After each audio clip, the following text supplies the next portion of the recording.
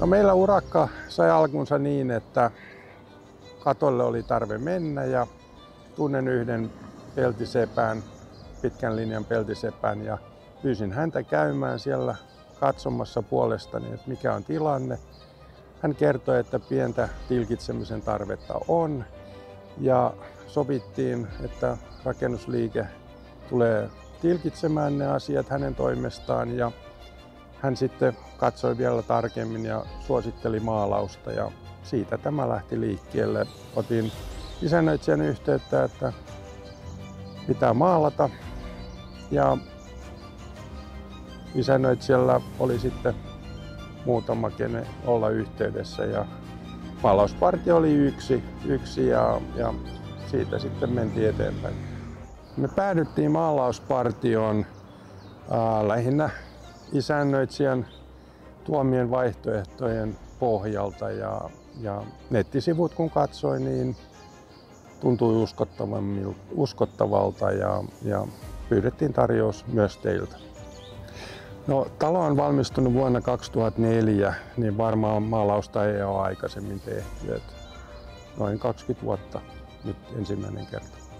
Projekti lähti liikkeelle sitten, että tapasin kaikki ehdokkaat läpi ja te olitte ainoa, joka meni katolle oikein tutkimaan ja välikaton ja käytti kunnolla aikaa.